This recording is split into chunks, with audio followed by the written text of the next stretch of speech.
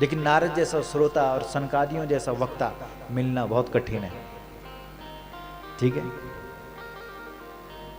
दूसरे घाट पर कथा चल रही है। सौनक सनकादि, ये सौनक 88,000 ऋषि मुनि, सब सौनकादि जो ऋषि मुनि है सब कितने 88,000। वो बैठे हुए हैं कहाँ? नैमिषारण्य में, जंगल में। वाह, लगता है कि यही जंगल रहा होगा। हम तो सोचते हैं कि वहां है नैमिषारण्य, लेकिन ऐसा थोड़ी, अरण्य जंगल, जहां भी वो जंगल होगा। 88,000 ऋषि मुनि सामने बैठे हुए हैं और सूत जी व्यासपीठ पर बैठे हुए। तो ऋषि मुनि भी वे हम है नहीं। तीसरा घाट है, उस पर व्यासपीठ पर सिद्ध संत बैठे हुए हैं, उनका नाम है सुखदेव जी महाराज। बोलिए सुखदेव जी महाराज की जय।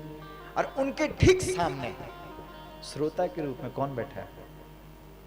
सुखदेव जी ने किसको कथा सुनाई है पता? परीक्षित को। परीक्षित, और वो कोई सामान्य नहीं है, राजा है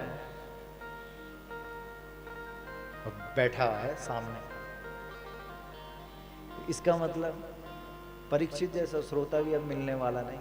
आजकल राजाओं के पास कहाँ है समय,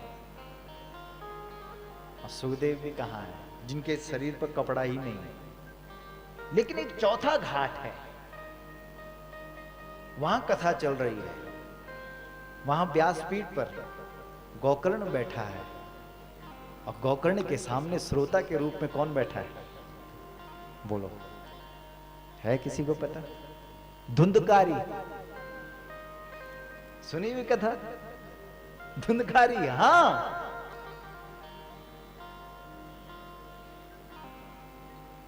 और धुंधकारी जो है वो, उसका शरीर छूट गया है, वो प्रेत बन गया है। और उस प्रेतत्व को हटाने के लिए, उस प्रेतत्व को हटाने के लिए व्यासपीठ पर कौन बैठा है? बोलो माता, और जोर से बोलो। गोकर्ण। और गोकर्ण की कथा है श्रीमद् भागवत के महात्म्य में, शुरुआत में जो हम आपको सुना रहे हैं। कितनी महिमा है इसकी। इसका मतलब पितरों की कथा करने के लिए आपको ऐसे कथा वक्ता को ढूंढना पड़ेगा जो किसका बेटा है? जोर से बोलो। गाय का। वाह, तालियां बजाओ। क्यों गुरु जी? हमारे आदरणीय श्री महेश भट्ट जी है, तिवारी जी, वो हमारे घर में रुक रखे हैं, इसलिए उनका नाम याद हो गया, नहीं तो हमें याद कैसे हो सकता है।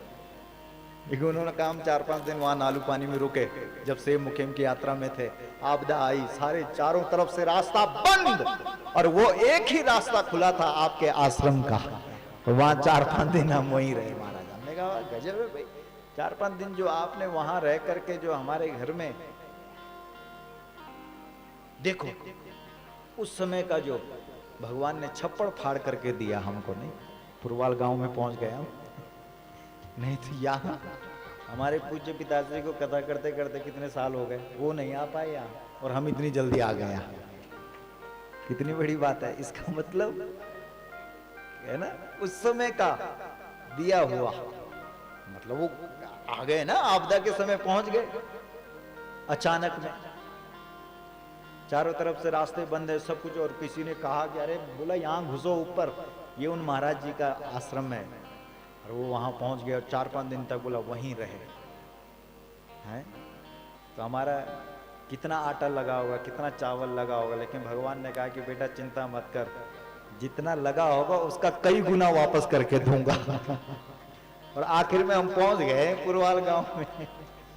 क्यों? इसलिए भगवान जब देता है तो क्या बोलते हैं हमारे यहाँ, छप्पड़ फाड़ करके। वाह वाह वाह वाह, क्या बात है भाई। हाँ,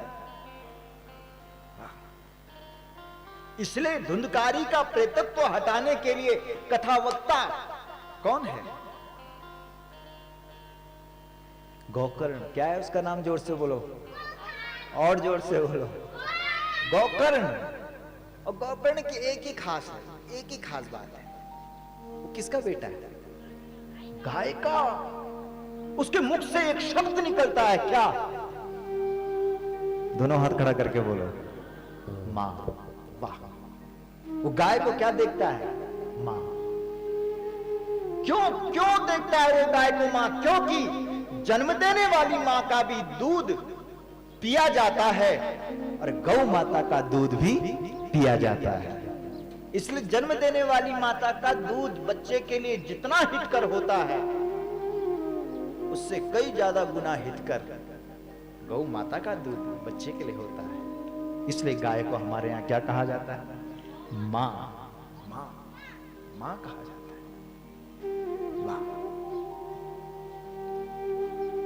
गोकर्ण, कर्ण यानी कान, जिसके कानों में गाय की आवाज, जो गाय की आवाज सुनता है, वो गोकर्ण है। इसलिए विस्तार से कथा है यहाँ भागवत में, बड़ी गजब की कथा है। आत्मदेव ब्राह्मण है, लेकिन क्या करें, अच्छा कर्मकांडी ब्राह्मण है। लोग उसको अपने घर में बुलाते हैं कि महाराज आप अपने चरण रखिए ना हमारे घर में, कल्याण हो जाएगा हमारा। सबके घरों में जाते हैं, जहां भी वो पूजा करते हैं, सबकी मनोकामनाएं पूरी होती है। लेकिन प्रारब्ध का लेख देखो, उनके घर में कोई संतान नहीं। प्रारब्ध को काटना कितना मुश्किल है। जो लिख दिया है माथे पर, उसको कोई मिटा नहीं सकता। आखिर में उसने बहुत कुछ किया, बोले बहुत जप तप पुण्य, नहीं हुआ, संतान नहीं हुई उसकी। दुखी मन से वो चला अब जंगल की ओर। उसने कहा छोड़ो, अपना शरीर छोड़ देते हैं, त्याग देते हैं। अब जब शरीर छूटने लगा तो अब उसका जो किया हुआ जो पुण्य था वो एकदम प्रकट हो गया। और जैसे प्रकट हुआ वैसे संत दर्शन, और संत जैसा इस धरती पर कोई दूसरा पुण्य नहीं हो सकता। संत ने एकदम रोका उसको, बोला ठहरो, रुको, क्या कर रहे हो, कहां जा रहे हो? अरे बोला महाराज मैं मरना चाहता हूं। बोला क्यों मरना चाहते हो? बोला मेरी संतान नहीं है। बोला संतान नहीं ले, इतनी छोटी सी बात, और संतान हमारी नहीं है तो क्या? अरे शरीर भी तो एक पिंड है। नहीं, कितनी ऊंची अवस्था है वैसे, जिसने शरीर को ही पिंड बना दिया, और इस शरीर के द्वारा किया गया जो सत्कर्म और शुभकर्म है उसको परमात्मा को चढ़ाते। तो सच्चा पिंड तो ये चढ़ाया गया।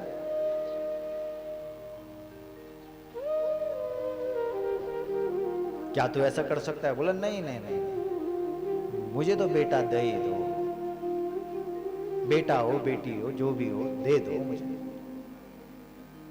नहीं तो मैं आत्महत्या कर दूंगा, मैं मर जाऊंगा तुम्हारे सामने। महात्मा ने भी झोली से निकाला एक फल, और उस फल को किसको दे दिया? आत्मदेव।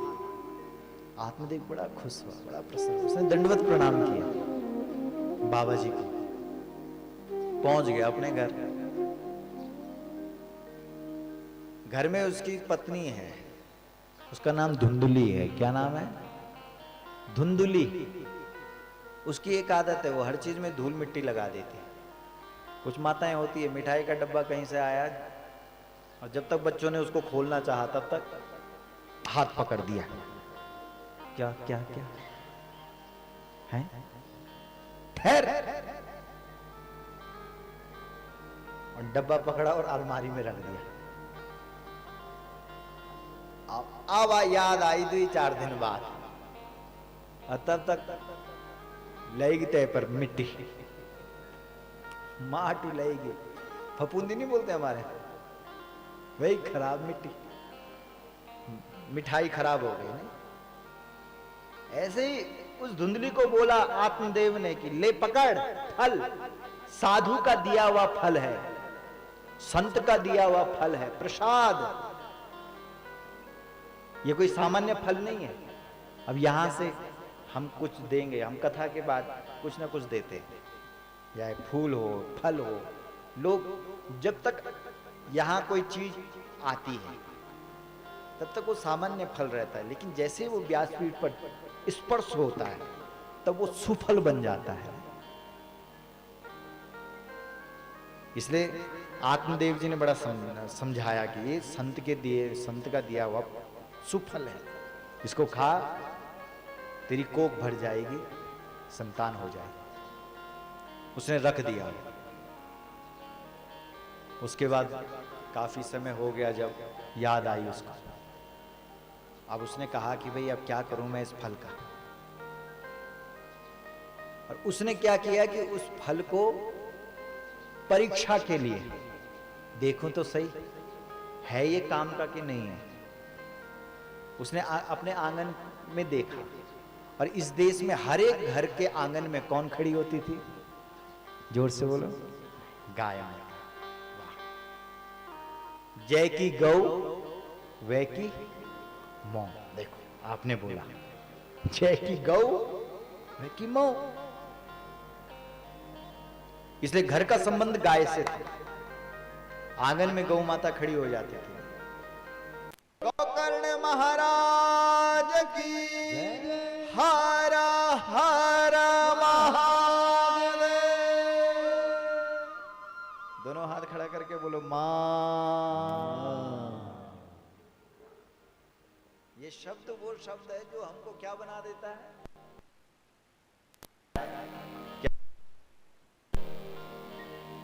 अरे बच्चा बोलो ना।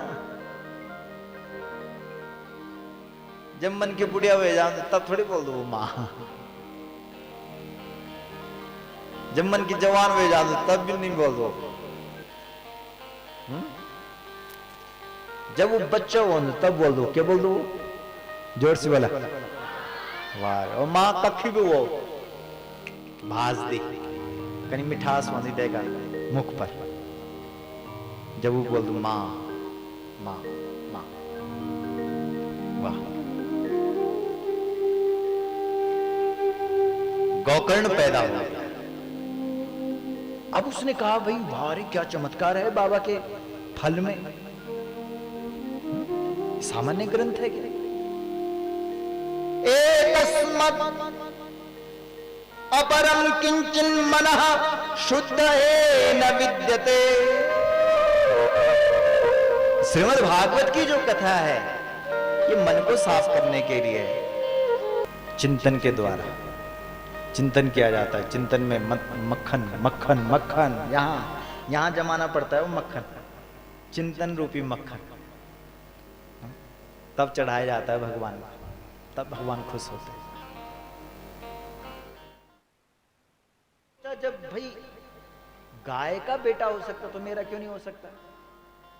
क्या करें क्या करें? अरे बोला चिंता क्यों करते हैं, अभी जाती हूँ अपनी बहन के पास। वो गई अपनी बहन के पास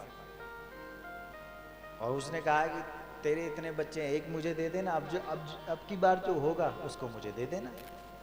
बहन ने कहा ठीक है ले जा।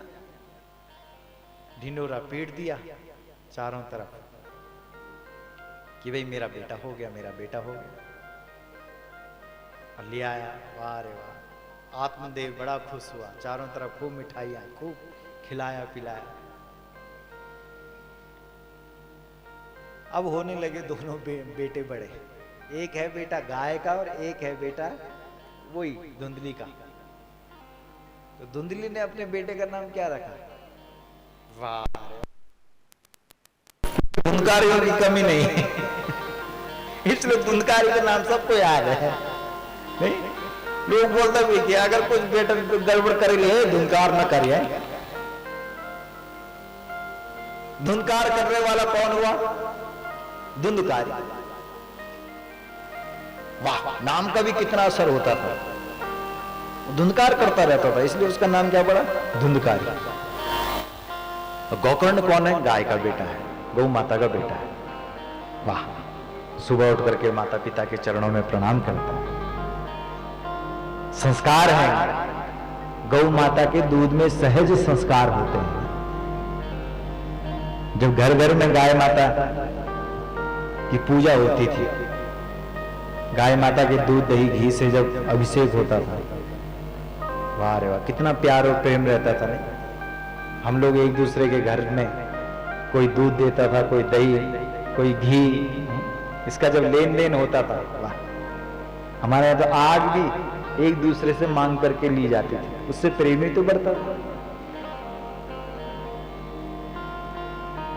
धुंधकारी भी बड़ा होने लगा।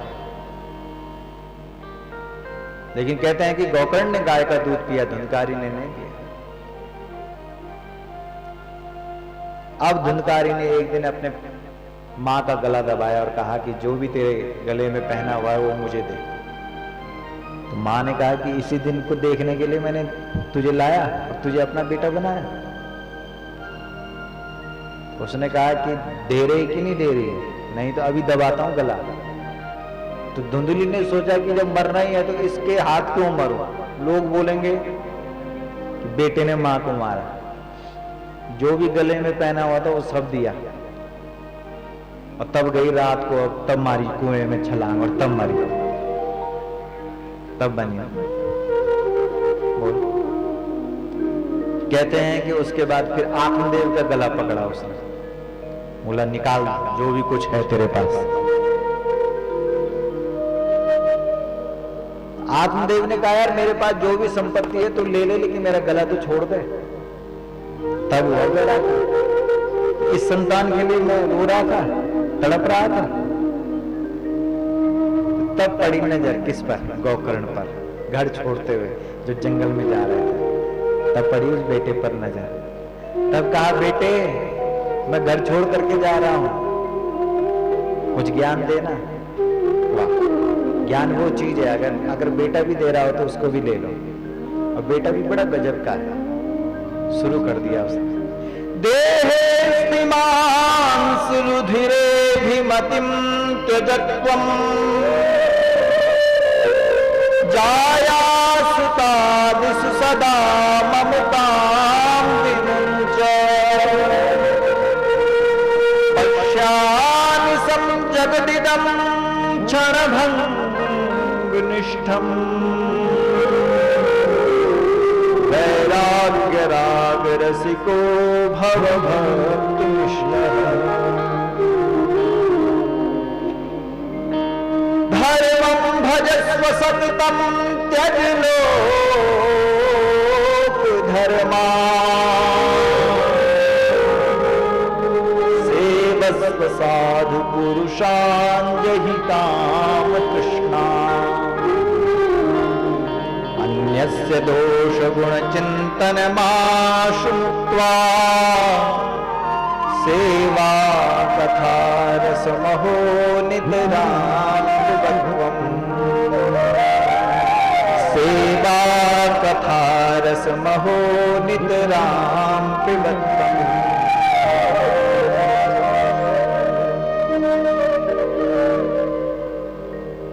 बेटा ने बोला पिताजी, अब लगा पता शरीर के लिए यही चाह रहे थे ना कि शरीर का सुख मिलेगा जब बेटा पैदा होगा,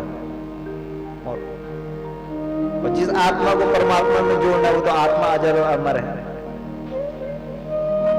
जैसे कहां थे चक्कर में पड़े हुए, जैसे एक ही धर्म, और वो धर्म कौन सा? परम धर्म। बेटा अच्छा इसलिए लगता है क्योंकि वो हमको ईश्वर से जोड़े। बेटी अच्छी इसलिए लगती है रुचि, बिटिया का नाम रुचि, और जमाई राजा का नाम आचार्य रजनीश भट्ट जी। क्यों माता जी? माता रुक्मणी जी बेटी इसलिए अच्छी लगती है क्योंकि बेटी ने पिता के वार्षिक श्राद्ध में श्रीमद् भागवत की कथा करवाने में सहयोग किया, तभी तो अच्छी लगती है। यस्यानुभावमखिल श्रुति सारमेकम् अध्यात्मिकम्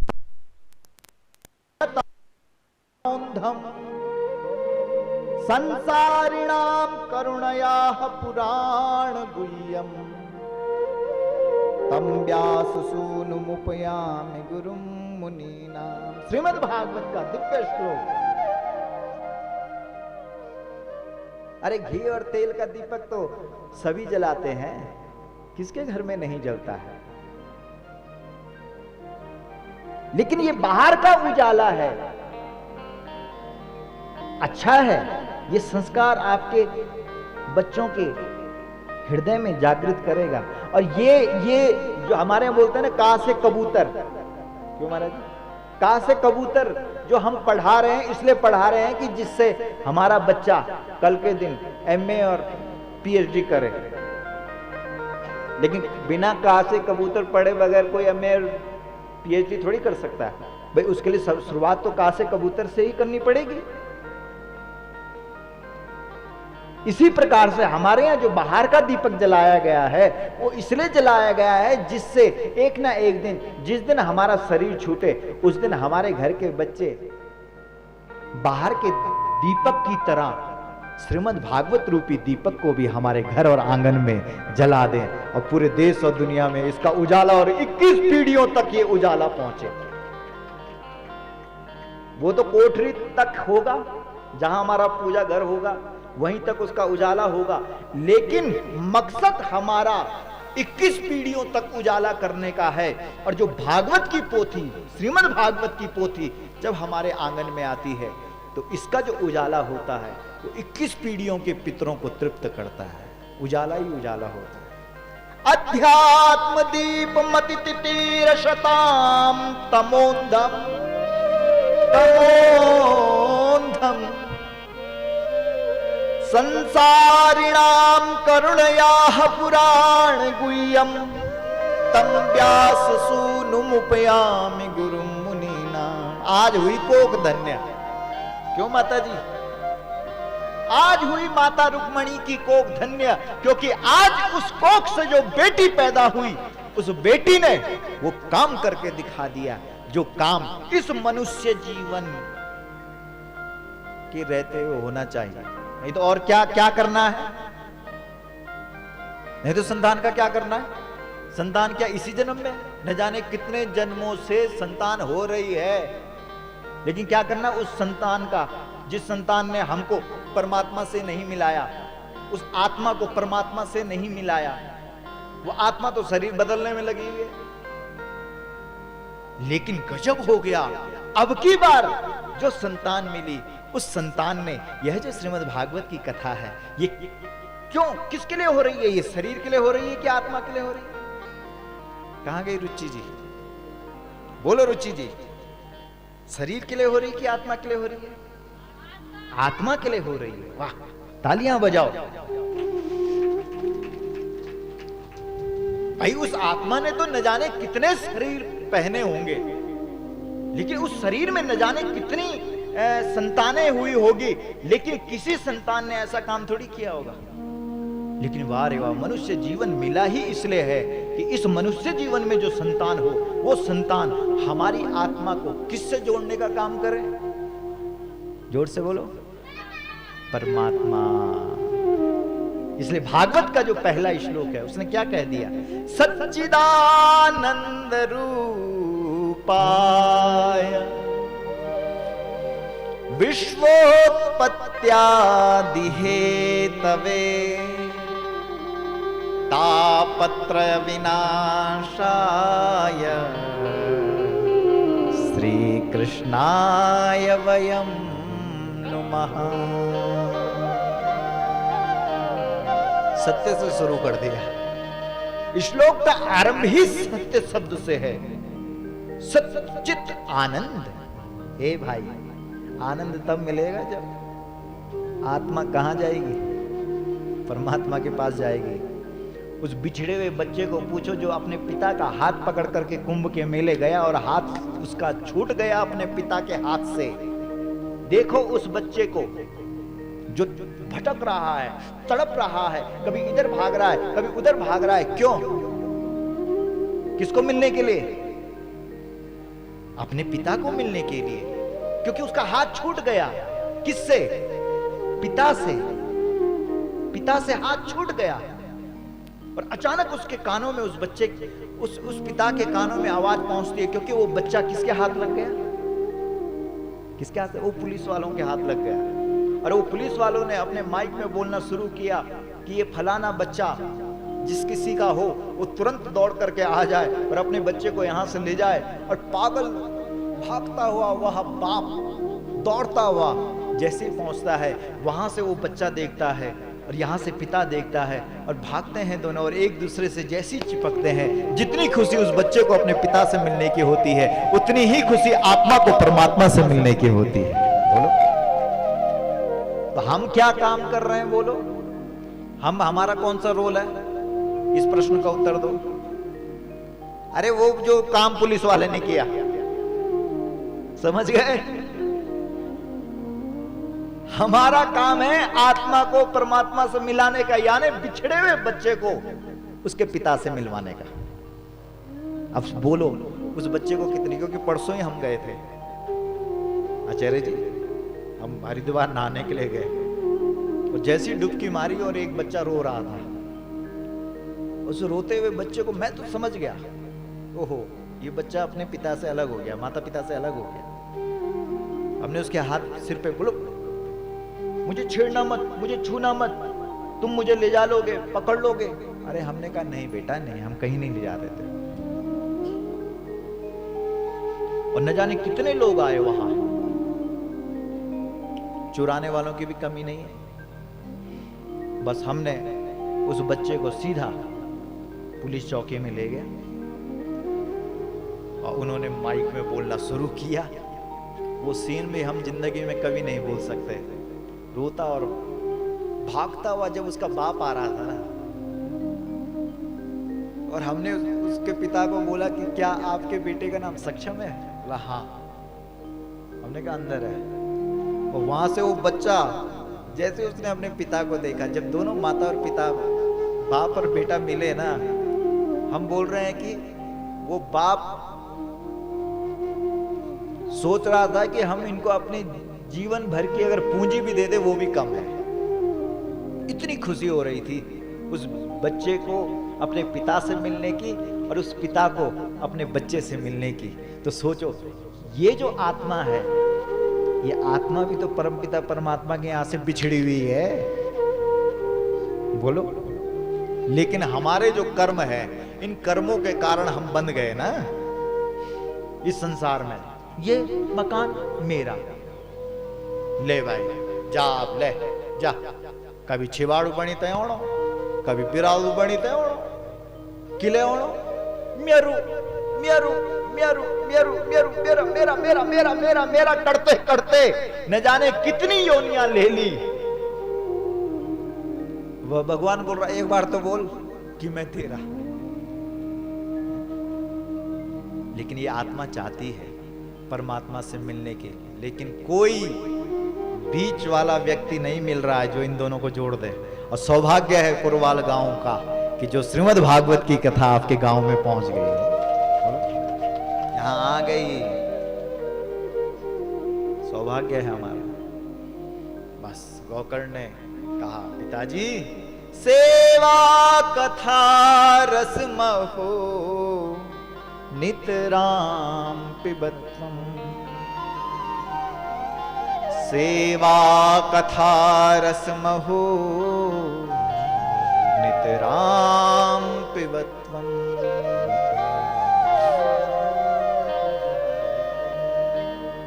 सेवा और कथा, वाह, 7 दिन तक सेवा। कोई बर्तन धोते हुए, कोई झाड़ू लगाते हुए। हमने भी तो करवाई पितरों की लिए कथा अपने गांव में। हमारे पूज्य पिताश्री ने हमारे कान में बोला कि हाँ बेटा, इस कथा का फल चाहता। हमने कहा हाँ। बोला ब्राह्मणों की जो जूठी थालियां हैं ना उसको धोएगा। अरे हमने कहा क्या बात कर रहे। बोलो जो मांगेगा वो मिलेगा। 6 साल तक हमारे बच्चे नहीं हुए। हमने कहा यार पिताजी बोल तो रहे, इसका मतलब कुछ ना कुछ राज तो है। कान में बोला उन्होंने हमारे।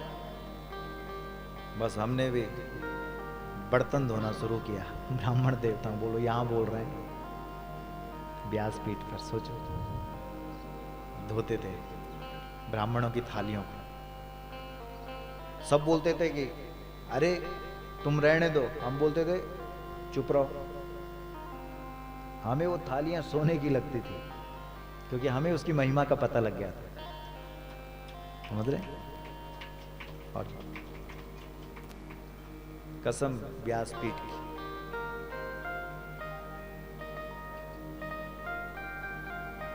एक साल के अंदर अंदर हमारे घर में हमारा सुपुत्र पैदा हो गया। बोलो आप, इससे बड़ा चमत्कार और क्या हो सकता है? इतना महत्व है इसका। ये पोथी कोई सामान्य पोथी थोड़ी है, महात्म्य का दिन है, महात्म्य सुना रहे हैं आज आप। इस कथा को खर्च करने के लिए लोग वहां पता नहीं बोल नहीं रहे, 88,000 ऋषि मुनि ब्रह्मा जी के पास गए कि महाराज हमको स्थान बताओ।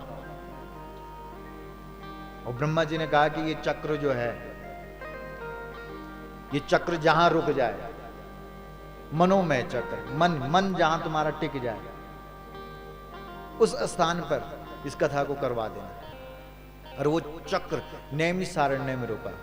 नैमिषारण्य यानी जंगल, जंगल ही तो बोलेंगे, बोलो। वाह, यही सामान्य जंगल है क्या? जहां वशिष्ठ जी ने, क्यों सर आपने बोला ना, विश्वनाथ भगवान और राम लक्ष्मण की मूर्ति भी है यहां। हाँ,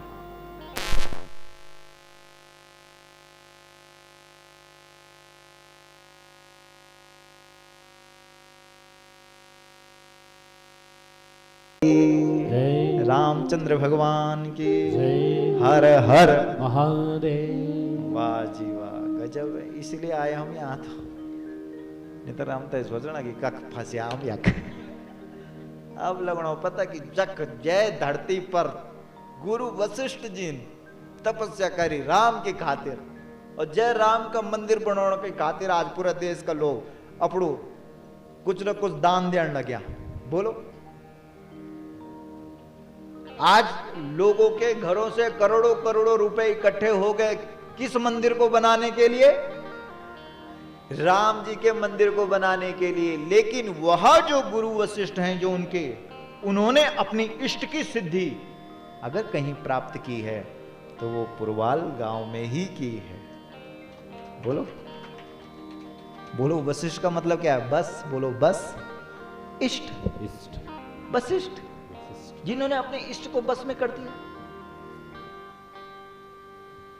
और इष्ट जब तक बस में नहीं हुआ, जब तक इष्ट की सिद्धि नहीं हुई, तब तक आपके पास कुछ भी नहीं है।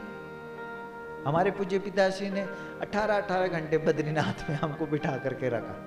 लोग बोलते थे, गुरुजी आप कथा कर रहे हैं, आप अपने बेटे को बगल में बिठा करके क्यों बिठा रखा है?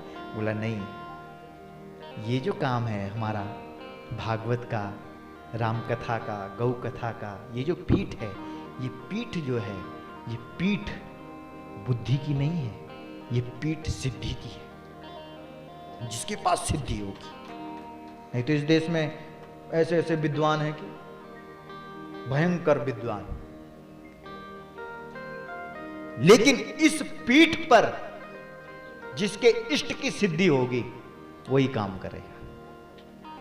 बोलो कितनी बड़ी बात की। 18 घंटे एक ही आसन पर बिठा देते थे हमको, 18 घंटे। बोलो, रिकॉर्ड है बद्रीनाथ का। तो किसी ने पूछा बद्रीनाथ में क्यों करवा रहे हैं? बोला इसलिए करवा रहे हैं क्योंकि बद्रीनाथ में ही तो भागवत की रचना हुई है। कहां हुई रचना भागवत की? बद्रीनाथ में हुई। कितना बड़ा सौभाग्य हम सभी लोगों का कि हमारा जन्म भी किस धरती पर हुआ? जिस धरती पर भागवत का जन्म हुआ, जिस धरती पर वेदव्यास जी ने श्रीमद् भागवत, और आज श्रीमद् भागवत केवल हमारे उत्तराखंड में नहीं हो रही है, पूरे देश में, पूरी दुनिया में जो सनातन धर्म को मानने वाले लोग हैं, वो हर एक व्यक्ति पितरों के उद्धार के लिए क्या करवा रहा है? श्रीमद् भागवत। और श्रीमद् भागवत का जन्म कहाँ हुआ है? उत्तराखंड के बद्रीनाथ में। और हमारा जन्म कहाँ है? हमारा जन्म भी उत्तराखंड में हुआ है, इसलिए ये हमारा सौभाग्य है। अहो अमीसाम किमकारी शोभनम प्रसन्न एसाम स्विदुत स्वयं हरि। ये जन्म लब्धम निशुभारताजिरे मुकुंद सेवौ पैकम स्पृहाहिना।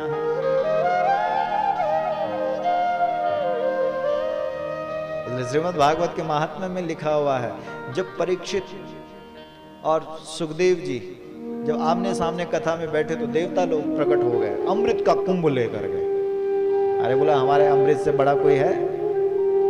एक बार परीक्षित तू पी करके देख, तेरी उम्र बढ़ जाएगी। तेरे पास केवल 7 दिन है ना, युगो युगो तक जिएगा तू, ले पी करके देख। लेकिन इसके बदले हमको भागवत की कथा सुना दे, हमको भी सुनने दे। सुखदेव जी ने कहा, ए परीक्षित,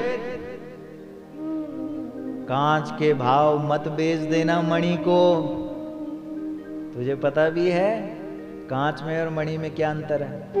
जितना अंतर कांच में और मणि में है, उतना ही अंतर भागवत में और स्वर्ग के अमृत में है। मणि कौन है? भागवत। और कांच कौन है? स्वर्ग का अमृत। इसलिए अपनी जो श्रीमद् भागवत की कथा है, ये वो काम करेगी जो काम स्वर्ग का अमृत नहीं कर पाएगा।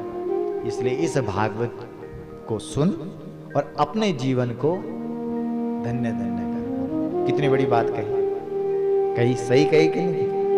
जैसे परीक्षित महाराज के लिए तालियां बजाओ, जिसने ठुकरा दिया स्वर्ग का अमृत। और किस अमृत को पिया? ये तव कथामृतम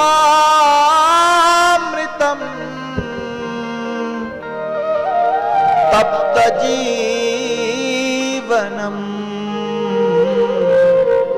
कविभिरीडितम कल्मषापहम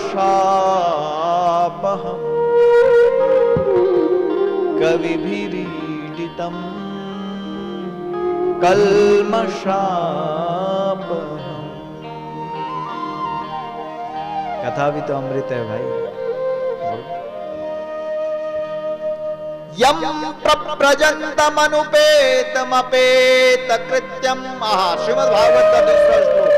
सारे प्रसंगों को ले रहे हैं, महात्म्य सुन रहे हैं। बस आज तो कथा को तो हम विस्तार से करते हैं, लेकिन आज हम संक्षिप्त में कर रहे हैं। बस अब थोड़ी समय में पूरा कर रहे हैं। यम प्रव्रजन्तमनुपेतमपेत कृत्यम द्वैपायनो विरह कातर आजुहाव पुत्रेति तन्मयतया तरवोभिनेदु तम सर्वभूत हृदयं मुनिमानतोऽस्मि।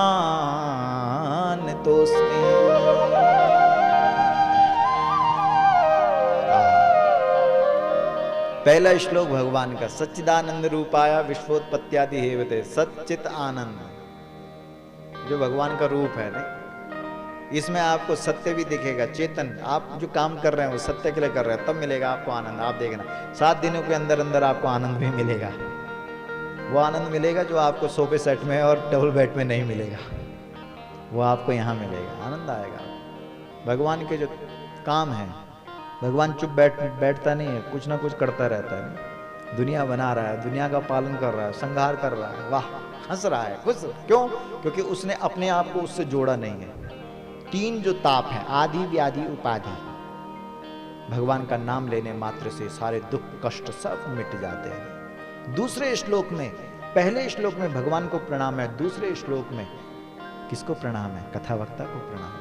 कौन है कथावक्ता? यम प्रव्रजन्तमनुपेतमपेत कृत्यम द्वैपायनो विरह कातर आजुहाव। कौन है कथावक्ता? व्यास जी का बेटा है। एक ही खूबी है सुखदेव जी की। क्या? वो किसके बेटे हैं? जोर से बोलो। व्यास के बेटे। वाह। दूसरे श्लोक में व्यास जी के बेटे को प्रणाम किया गया। वाह रे वाह, गजब। और हम किसके बेटे हैं? हम किसके बेटे हैं? वाह, बात बन गई। वाह, गजब। हमारे हैं आदरणीय आचार्य जी को तो ये भी नहीं पता होगा। जब कथा के लिए आए वो नॉर्मल तरीके से आए, लेकिन कथा देखो कैसी फिट बैठ रही है।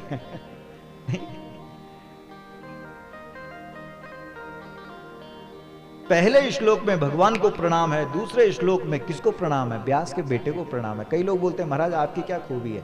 मैंने कहा यार जो खूबी सुखदेव की है वही खूबी हमारी भी है। और सुखदेव की एक ही खूबी है, वो किसका बेटा है? जोर से बोलो, व्यास का बेटा है। वाह, व्यास जी का बेटा है। आज व्यक्ति ढूंढ करता रहता है किस डॉक्टर के पास जाऊं मैं जिसको खूब हो, जिसकी कई पीढ़ियां उस काम को कर रही है, उस पर लोगों को ज्यादा भरोसा होता है। नहीं? और हमें इस बात का गर्व है कि हमारे पूज्य दादाजी गंगोत्री का गंगा जल लेकर के अपने यजमानों के पास जाते थे और फिर छिड़कते थे।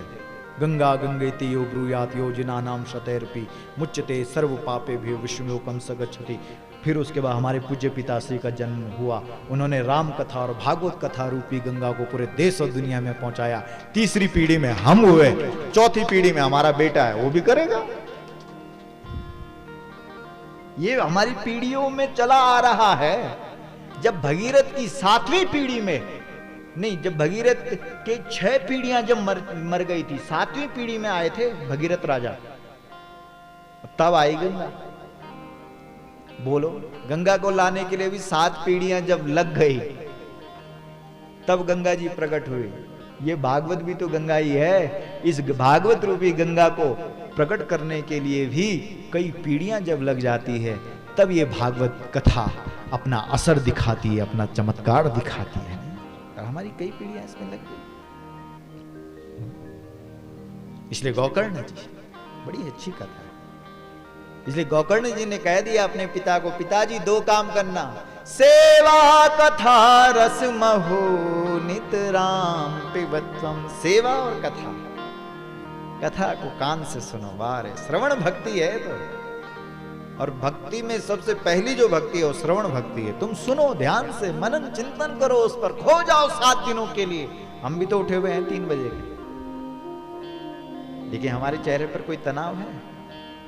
कोई आपको इन 7 दिनों के अंदर अंदर का आपको हमारे चेहरे पर अगर कोई, हमारे आदरणीय श्रीमान आपके जवाई राजा आदरणीय श्री रजनीश जी बोल रहे थे, बोला महाराज आराम करो। हमने कहा हमारे पूज्य पिता से कहते हैं कि आराम, वो बोलते हैं 18 घंटे तक हम काम करेंगे।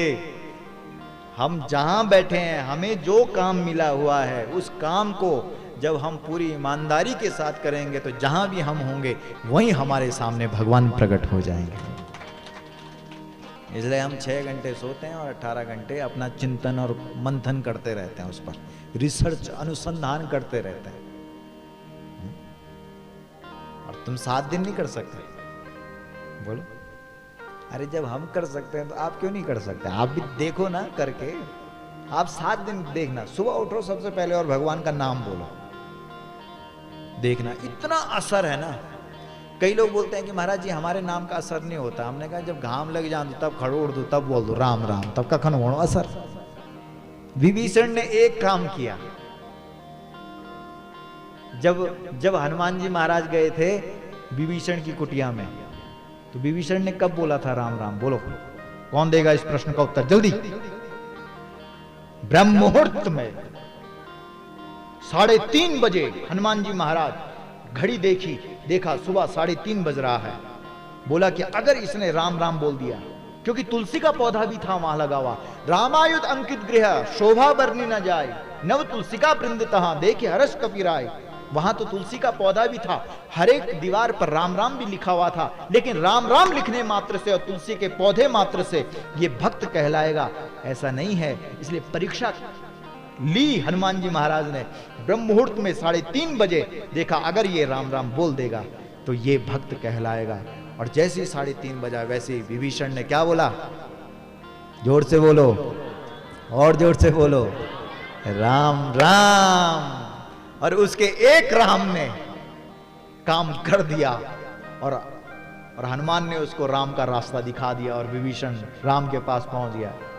हम मरी गए राम राम बोले थे, राम नहीं मेढ़ो नहीं।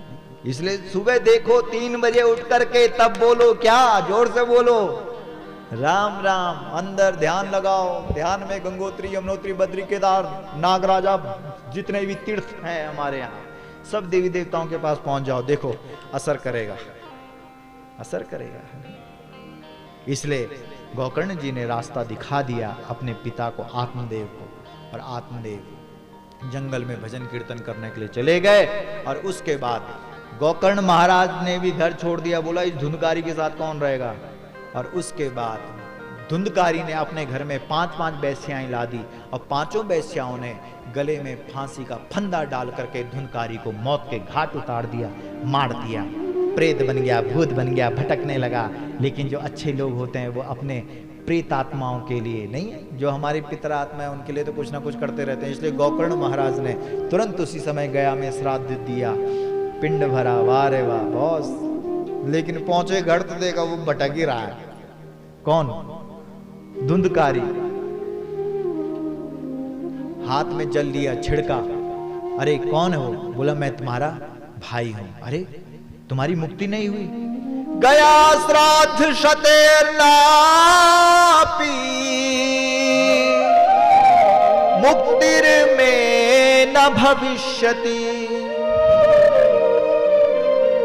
तब रोता हुआ वो प्रेत बोलता है, वो भूत बोलता है कि गया में एक बार नहीं 100 बार भी श्राद्ध देगा तो भी मेरी मुक्ति होने वाली नहीं है। बोला अच्छा तो फिर मेरी मुक्ति कैसे हो? बोला अगर मुझे ही पता होता तो भूत बनना था मैंने, इसलिए वो तू पता कर।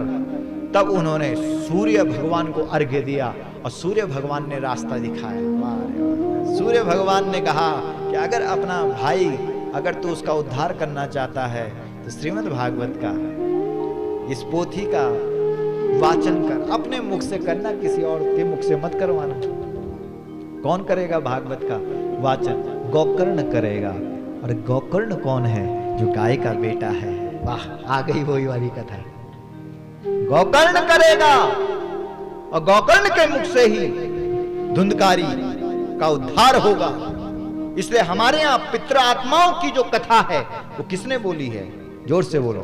गोकर्ण ने बोली है, और वो गाय का बेटा है। और आज पूरे देश और दुनिया में, अगर महाराज जी भी आज बोल रहे थे, बोला यार हमें बड़ी खुशी हो रही है, आपके पूज्य पिताश्री ने गौ माता का डंका पूरे देश और दुनिया में बजाया है, इसलिए हम भी किसके बेटे हो गए? अरे गाय हमारे पिताजी हो गए। क्यों महाराज जी गलत कह रहे? वो गाय माता की बात पूरे देश में कर रहे हैं और हम उनके बेटे हो गए, तो हम गाय के बेटे हो गए, तो हम कौन हो गए? गोकर्ण हो गए। और पितरात्माओं की कथा जो है वो किसने की है? गोकर्ण ने की है। और हो गया कल्याण किसका? धुंधकारी का। तालियां बजाओ हमारे आदरणीय रजनीश जी के लिए, जिन्होंने गोकर्ण लाया। बोलो, ये तो गोकर्ण मिलना इतना आसान है क्या? नहीं, कितनी बड़ी बात है। तब बैठा गोकर्ण व्यासपीठ पर, रखा गया बांस। बांस यानी बंस, पीड़ी। बांस फटने लगा, यानी जितनी भी तुम्हारी पीड़ियां होगी उसमें जो अशुभ और अमंगल हुए होते हैं, जिस कारण से आत्माएं भटकती रहती है, नहीं, कभी कभी कुछ गड़बड़ हो जाता है, कभी कुछ गड़बड़ हो जाता है, तो वो सब भागवत के माध्यम से सब मुक्त होती रहती है। 21 पीढ़ियां तर जाती है।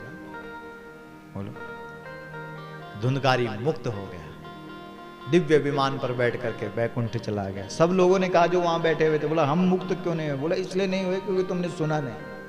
ध्यान से सुनो इस कथा को। फिर से 7 दिन के लिए कथा हुई, और उसके बाद सब लोगों के बीच में भगवान नारायण प्रकट हुए, और भगवान नारायण भक्ति, ज्ञान और वैराग्य के साथ, वाह रे वाह, सब झूमने लगे, फिर सब नृत्य करने लगे, सब आनंद के साथ। ब्रह्मचर्य मदह सुक्ति पत्रावल्याम च भोजनम। ब्रह्मचर्य का पालन श्रीमद् भागवत में कहा गया है। नहीं है? स्त्री और पुरुष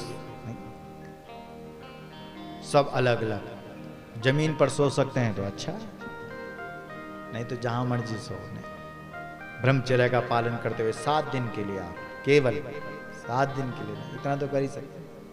ब्रह्मचर्य का पालन करें। भोजन बोला पत्ते पर, पत्ते पर भोजन करने का मतलब क्या है? पत्ते पर भोजन करने का मतलब है कि जो कुछ मिल जाए खाने में उसमें किंतु परंतु न लगाए। लोग केदारनाथ जाते हैं, बोले अचार का डब्बा रख दिया, तो तब केदारनाथ जा ही क्यों रहा है भाई? 5-7 दिन तक न भी मिले अचार, न भी मिले अगर कोई बढ़िया बढ़िया चीज है तो चिंता मत करो। नहीं, भगवान की कथा बड़े भाव और प्रेम के साथ सुनो। यहाँ पर इस बात को यहाँ पर कहा गया है।